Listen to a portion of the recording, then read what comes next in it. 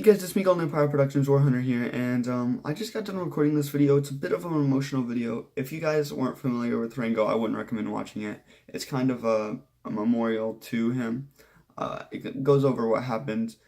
If you guys do actually care about him, then feel free to watch the video, but it probably won't appeal to you if you guys are just here for the comedy type stuff.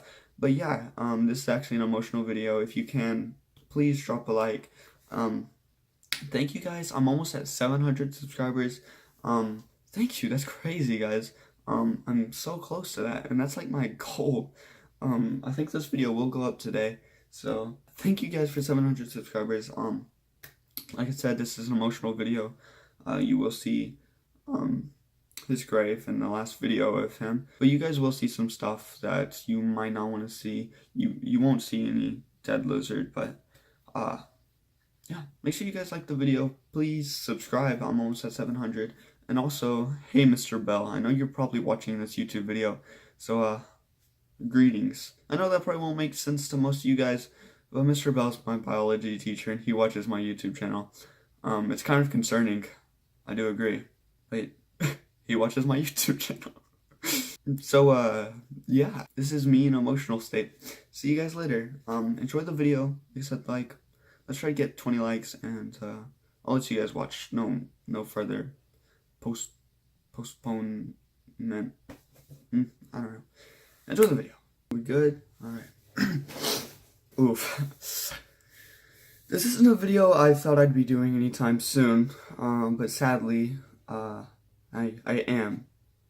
So most of you guys know, if you've been on my channel long enough, that I had an iguana. His name was Rango. He was a beautiful green iguana. I don't know if you guys have watched my video and kept up with his Instagram that he had. Yes, I had an Instagram for him. I love that iguana to death. But, I don't know if you guys kept up with him, but you could see the journey that he went through. He was very brown. The pet store didn't take care of him. He didn't eat. I basically brought him back to color. I made him healthy. I gave him calcium. I fed him lots. I did everything. I took the proper precautions for literally everything he did. At first I knew barely anything about iguanas, but with people helping me, watching countless, and I mean countless hours of YouTube, it did pay off quite tremendously with Rango. But he passed away a couple days ago, and I just got the courage to upload this video. Honestly, it's crazy. I've had him for just under 5 months and he just passed away. He came in my life and left too soon. He was seriously like my favorite pet in the whole wide world. I'm going to show you a few clips in memory of Rango, and I want to show you the last clip I had of him, so you guys can watch this now. So anybody who's seen my videos before obviously know this is Rango. So he's got all this stuff from the past couple of days, and he makes the biggest mess with his shredded greens. He drops that bowl. It's so bad, and look at him. He's barely even gaining weight, but he is getting bigger, guys. I don't know if you saw him before, but he's super vibrant now thanks to this light. And yeah, so he's getting his cage cleaned tomorrow, but this isn't the main topic of this video. Although Rango is a very cool reptile, honestly, in my opinion, one of the coolest, this is not the main topic of my video. Okay, there you go, there's that clip. This was the day before he passed away, and I didn't give him like any attention at all, because I was talking about my snakes. Rango was seriously like the best thing ever, and I feel bad because the last day I spent with him, I didn't really say much to him. Everything was good. He slept beside my bed all night that night because he didn't like staying in his cage. But when he did, he would always stay beside me or beside his cage. He knew not to leave because, I don't know, I figured that he thought that there was trouble, so he would always stay like around his cage. He could get out if he wanted to, and I think that was my mistake. I feel like I'm kind of the reason why he passed away. Now, it was a little bit of a trouble for him to escape, but he didn't really do it often. And even if he did, like, he could stay beside his cage. He would get up and chill with me on my bed or look out the window, and that's as far as he ever went. He never escaped in my room. The worst he ever did was climb up on my curtains, and he would just chill there. But that night, he was beside my bed, sleeping beside my snake cage that I have for my little green snake, and he was kind of on top of it, just chilling on the hot, humid rags that for the snakes. And it was hot there because of the window and everything. So he was just chilling there, and I put the light on him and everything. And that the next day, I wake up to go to school. He was there. I told him bye, and I fed him, put calcium and everything on his bowl. I went to school. I come home in a good mood. I was excited to see my snakes. And then I see that he was sitting across the carpet. At this time, I didn't know if he was dead or whatever. He was in my living room, so that means he had to have escaped from underneath my door. When he did that, I didn't know that he could fit underneath my door. He was a big lizard. He was about this tall, and my door, the crack to my door is about this big, but I guess if he really, really, really tried, he could get it. And guys, that sounds bad, and it really is. I should have been way more careful. I did not know he could get underneath my door, but I put a towel underneath there every time he was out of his cage when I left, because he's allowed. I mean, I have windows open and UVB bulbs on the window and in his cage, so he stays in the UVB bulbs, but sometimes he'll take walks. He'll get up high on my curtains. He's kind of a free roam iguana, but he wasn't like bad. He would always stay in the bulbs or beside me, or when I'm at school, he would just chill in his cage or on the curtains. I knew that was a habit I had to stop before too long, but yeah, because once he gets big, he can't just be all up on curtains. But that's besides the point. Every time he was out of his cage before I went to school, I'd put a towel in front of the door. And I did. I put a towel in front of the door that day. But, and the day before, because I also have snakes in my room and I didn't want them to escape. Yeah, I even put extra precautions by putting towels in front of my door. And as most of you guys know, well, as some of you guys know, I do have a giant, or when I say giant, I have a giant dog. It's not like huge, but it's a little pit bull, and he's super small, but he's big compared to a lot of dogs. But he's a super small bred pit bull. He's beautiful and he's so nice. And Rango has always been dominant towards him. Always been dominant towards him. Tyson, which is my pit bull, he would never get close to him. If he did, it wouldn't be like extremely bad. Like he tried to bite him once, and that's when I had him in my hand, and then I smacked his nose and stuff, and he never did it again. He would always watch from a very far distance, and if he did, he wouldn't even try to get close to him. But Rango would always just get all on his legs, puff up his body, and smack his tail if he got anywhere close, and Tyson would walk away and go lay down somewhere else. But I think what happened is Rango knows that if he goes to the bathroom, he gets a bath, or he knows that's where the water comes from. And I think that's what happened. He had water, but he may have just wanted to, I don't know. I don't really have any explanation on why he got out. But that day the bathroom door was closed. So he couldn't run in the bathroom and climb up into my bathtub. And he's done that once before, but I left my door open just to walk out of my room for a minute. He's done that once before, and then he wanted a bath.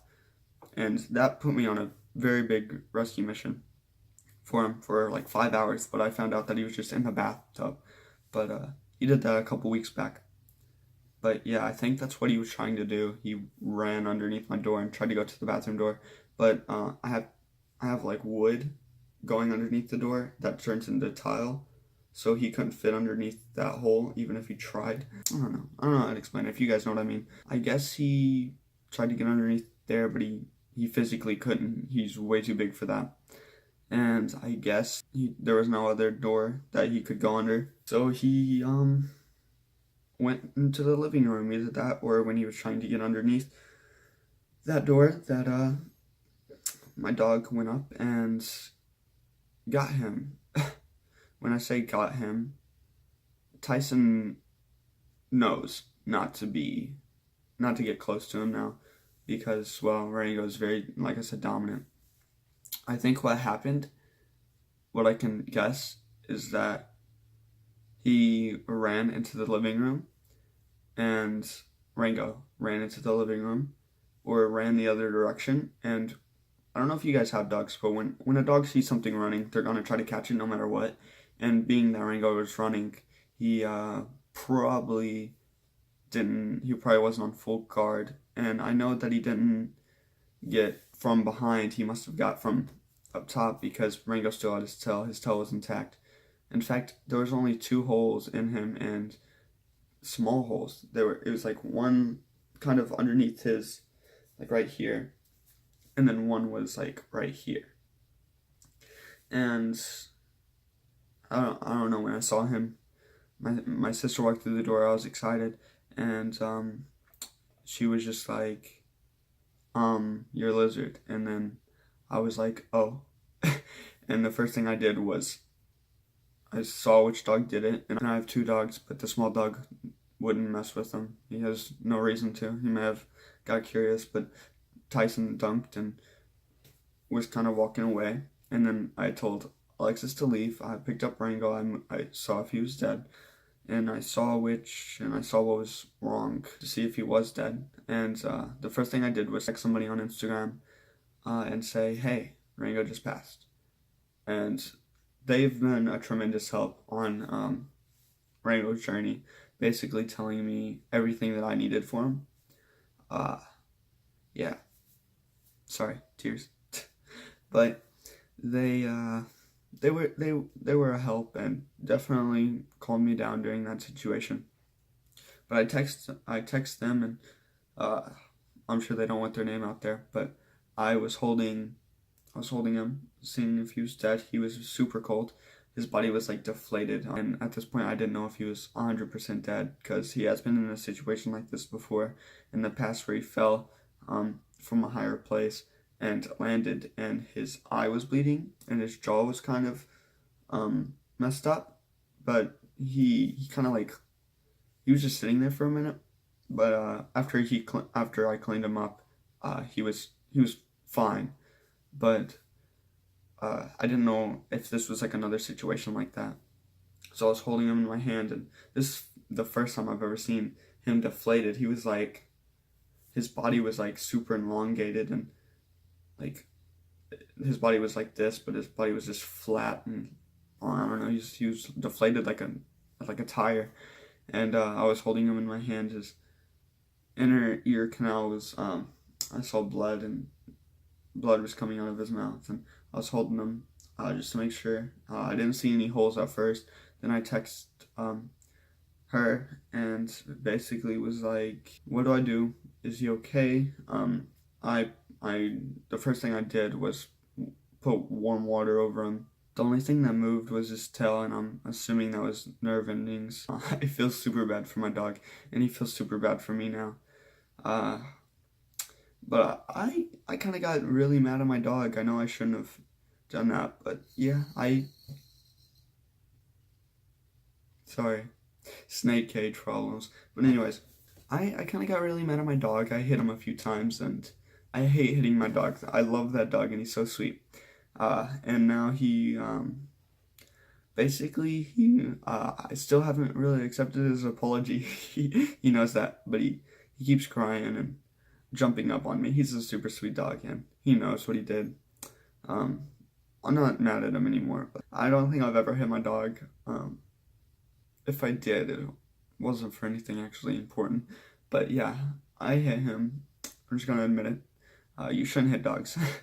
But at that point, I was super mad at him.